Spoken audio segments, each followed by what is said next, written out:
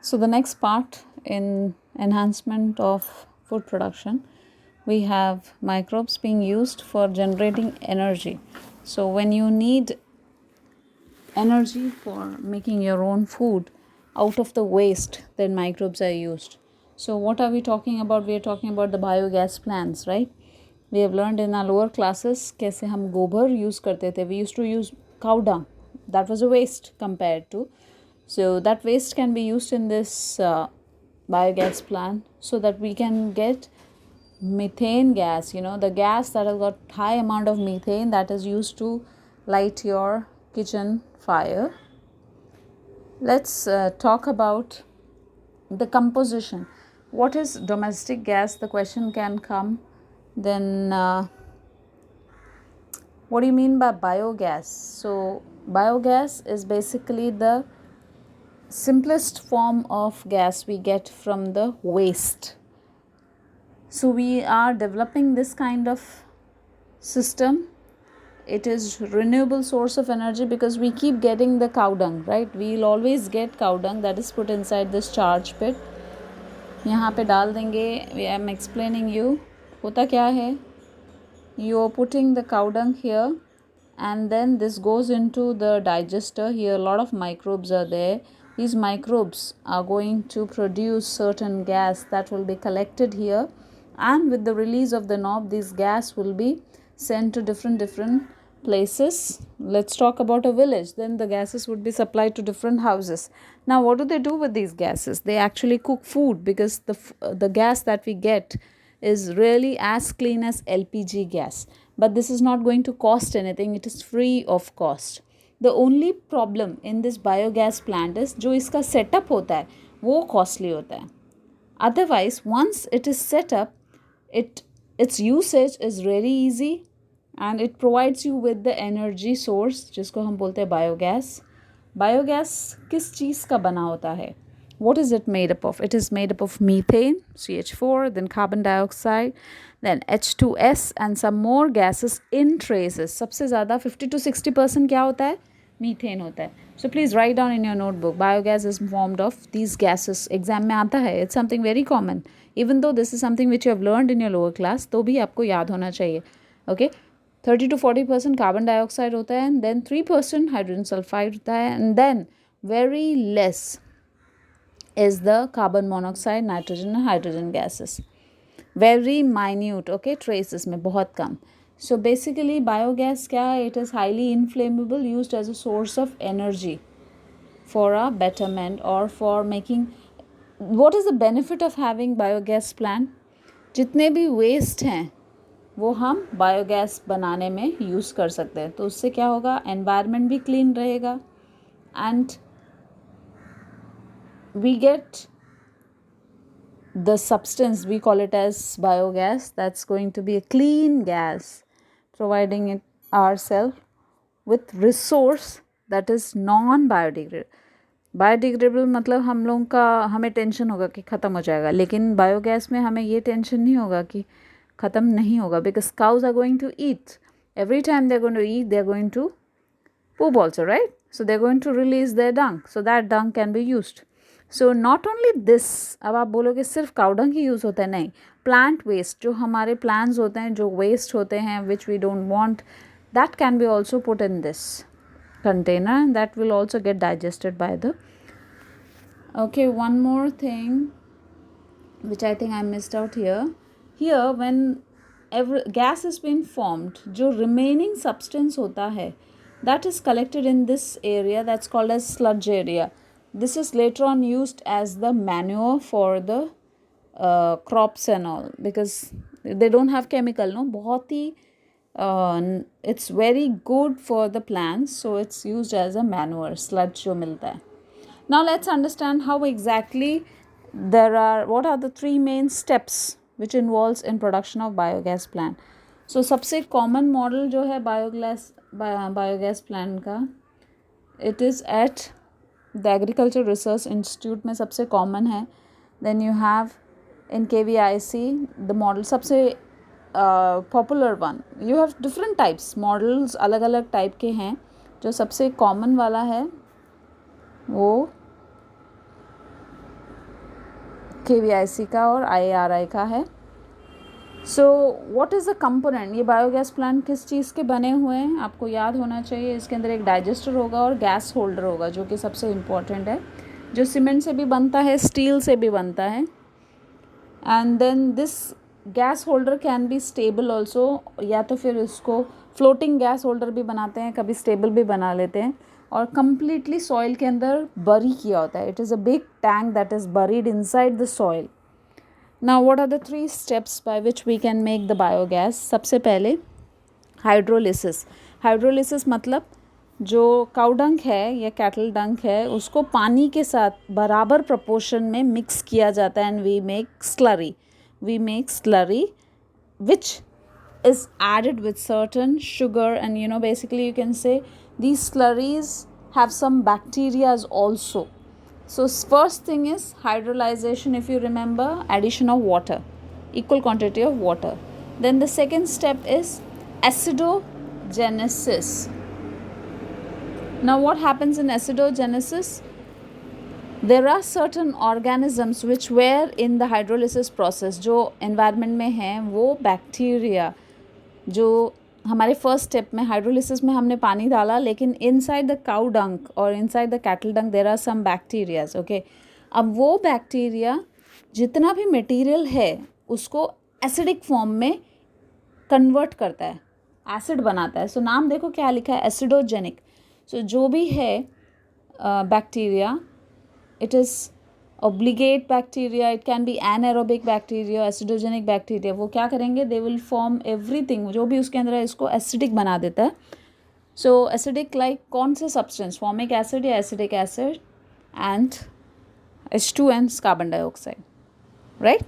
first step क्या था, hydrolysis, second step है acidogenesis, and the third step is methanogenesis, जहाँ पे सबसे important fluid बनता है, that is formation of methane. So for that you have a specific bacteria that is methanobacterium, methanococcus, they convert the acetate. पहला step क्या था, एसिडोजेनेसिस, उसमें acetic acid बना था ना, तो ये एसिटिक एसिड को कन्वर्ट करते हैं मीथेन फॉर्म में। So this is called methanogenesis, methane का formation. Okay, so the acetate is converted into methane with the help of methanococcus bacteria. There was a question also, so what happens in methanogenesis, तो आपको लिखना पड़ेगा कि acetic acid gets converted into methane with the help of the bacteria methanococcus. It's not difficult at all. methanococcus याद रहेगा, coccus याद रहेगा, methane word याद रहेगा, क्योंकि मीथेन बन रहा है, CH4 बन रहा है, right? So it's not difficult. So उसके बाद फॉर्मिक एसिड भी है, right? They have formic acid, acetic acid. जो एसिटिक एसिड है वो डायरेक्टली मीथेन बना रहा है, जो फॉर्मिक एसिड है वो भी मीथेन बना रहा है with the release of carbon dioxide and water, and then carbon dioxide and hydrogen gas जो बना था that converts into methane and water again. So all 3 steps are leading into methane, water, carbon dioxide, methane, carbon dioxide, water, right? Simple. So all you have to remember, methanogenesis में acetic acid methane बनता है, right? Then formic acid भी methane बनता है, and जो leftover gas हमने पढ़ा था H2 and carbon dioxide, वो भी methane और water बनाता है। So methanogenesis में it is the last stage जिसमें methane formation होता है। Now 3 steps of biogas production is clear. How is biogas useful? This is another question that comes. How is it useful? You can just read this. It's very simple, like a small class children can do it. So let's go to the next step. That is role of microbes as biocontrol agent. Biocontrol agent मतलब हम जब खेत में काम करते हैं, जो unwanted substance हैं, जैसे कि अगर हमने गेहूं का पेड़ लगाया, तो कई बारी ऐसा होता है छोटे छोटे वीड्स भी इसके अंदर ग्रो कर जाते हैं, छोटे छोटे वीड्स, राइट? तो अब हम इनको निकालेंगे, so it's like time waste, right? So what do? We have certain microbes we have made जो हम डालते हैं, जिसके वजह से दिस गेट्स रिमूव्ड। अब सिर्फ वीड्स ही नहीं, अगर कोई बैक्टीरिया या मे बी कोई फंगस या it can be any kind of unwanted substance जो कि हमारे क्रॉप को डिस्ट्रॉय कर रहा है, that can be removed using bio control agent. Bio control agent इसलिए क्योंकि हम लिविंग ऑर्गेनिज्म को यूज़ करके उनको कंट्रोल कर रहे हैं, केमिकल यूज़ नहीं कर रहे इसमें.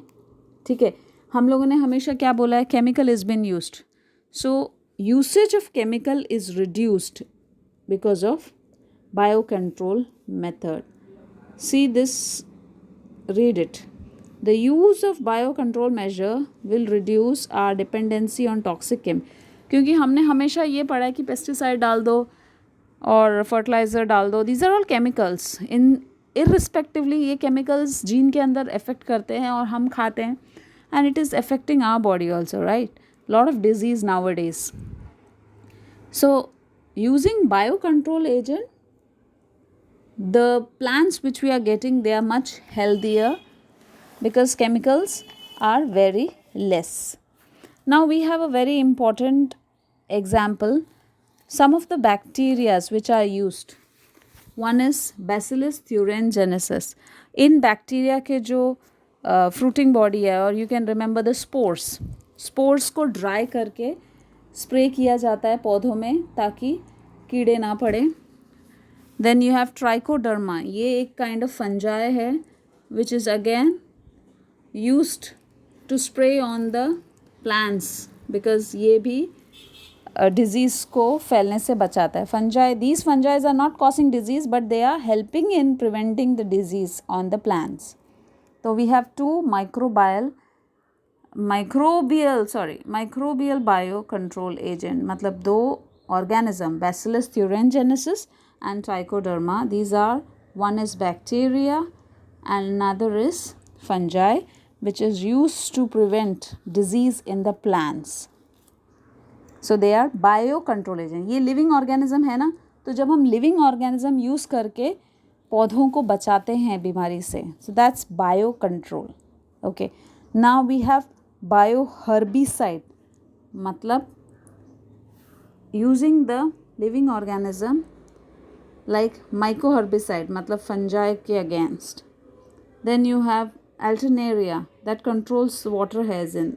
अच्छा, this is something which is very interesting. We are going to discuss that also. Let's just read bioherbicide.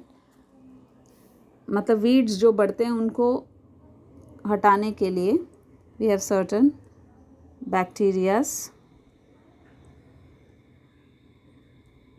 Next is ये इंसेक्ट्स हैं, टायरिया मोथ एंड कैक्टोबैसिलस प्लास्टिक्स. ये क्या करते हैं, ये कैक्टाइस को ग्रो करने के लिए रोकते हैं. Let's talk about the next topic, role of microbes as bio fertiliser.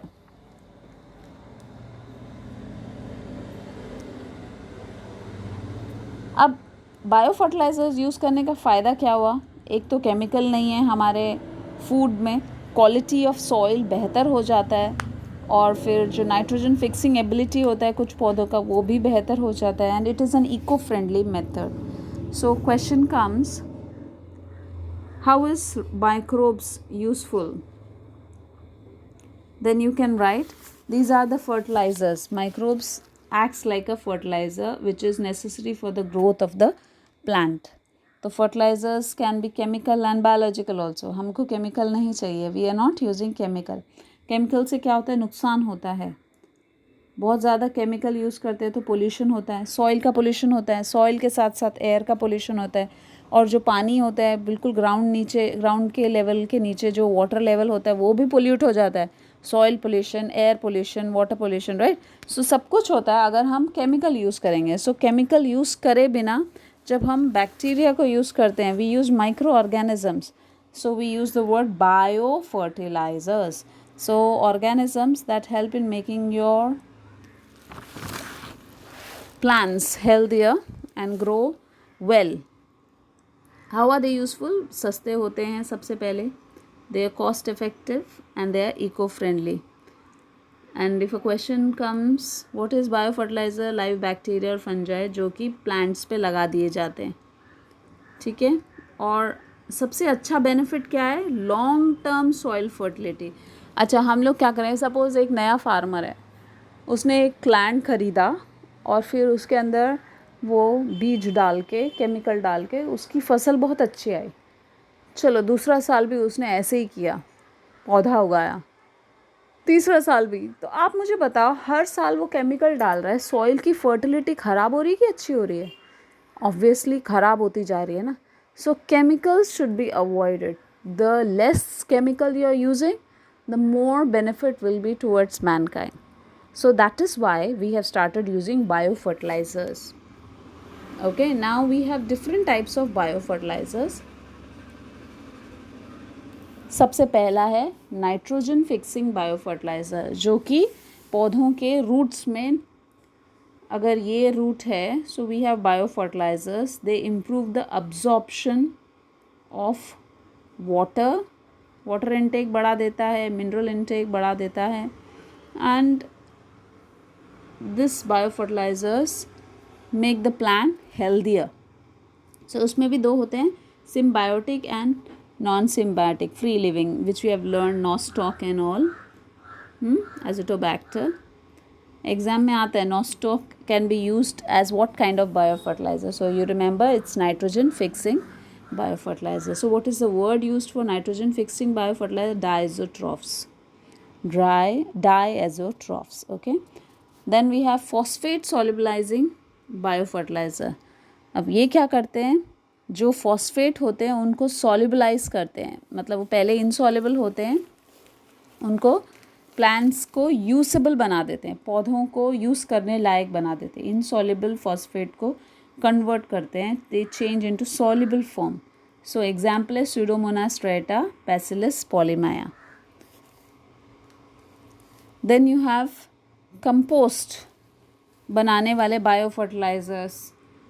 Compost का मतलब होता है डार्क कलर का सॉइल, जो कि हमें पौधों में डालते हैं हम। Generally we use, you know, at home we can make that by using the vegetable waste. हमारे घर में जितना भी कचरा आता है, जिसके अंदर सब्जियों के छिलके हैं, you know, this wet waste, उसको एक साथ डाल के वी यूज़ सर्टन माइक्रोब्स, और we can say active compost, उसमें थोड़ा सा डाल के we actually make them as bio fertilizer. And later on once you get them, they are ready to be potted.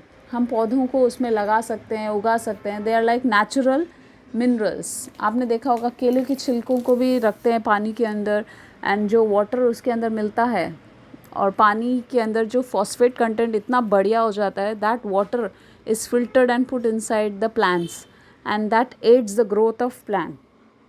So it's a kind of compost only, naturally made at home. So no chemical being used. Then cyanobacteria. Cyanobacteria are those bacteria that are responsible for making, we can say, first point के साथ it can be clubbed. First point क्या था? Nitrogen fixing biofertilizer, no? So they are also nitrogen fixing. They are basically symbiotic or aerobic kind of bacteria जिसको use करते हैं। तो nostoc तो यहाँ पे है ही। So you have another example, azolla. Azolla को और अच्छी तरह हम लोग नेक्स्ट एग्जाम्पल में देखेंगे। On page number 268 you have another example. I will tell you how exactly they help rice to grow well without any chemical. So we have fungal bio fertilizers. When you say fungal biofertilizer, मतलब हम लोग fungus को use कर रहे हैं. कौन से fungus? माइकोरहिज़े.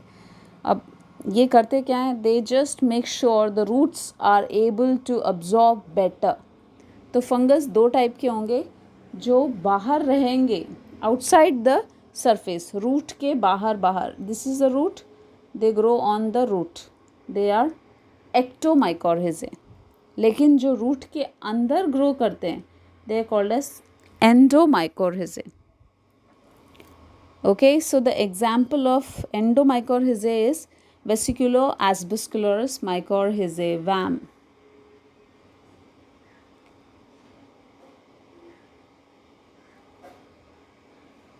Then you have biofertilizers.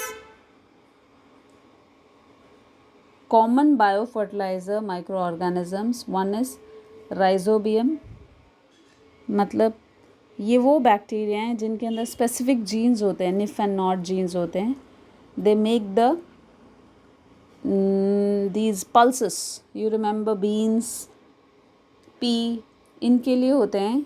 they make them more nutritious. Rhizobium, they are rod shaped bacteria and they're responsible for making the roots nodule, roots के ऊपर nodule बनाने के लिए help करते हैं. Then second is Azotobacter. Azotobacters are those nitrogen fixing bacteria जो कि पौधों के अंदर, स्पेशली राइस के अंदर, कॉटन के अंदर बायो फर्टिलाइज़र की तरह काम करते हैं. Now you have this diagram wherein root nodules are shown. These root nodules grow on the roots and make the nutrient absorption better. Then we have Azospirillum. If you remember two, that will be sufficient. आइजोस्पायरलम भी एक तरह से nitrogen fixing bacteria है जो कि ज्वार और गेहूं के लिए ज़्यादा यूज़ किए जाते हैं. And non leguminous plant like cotton और मिलेट्स के लिए. Then you have anabaena. It's also bacteria. They fix nitrogen.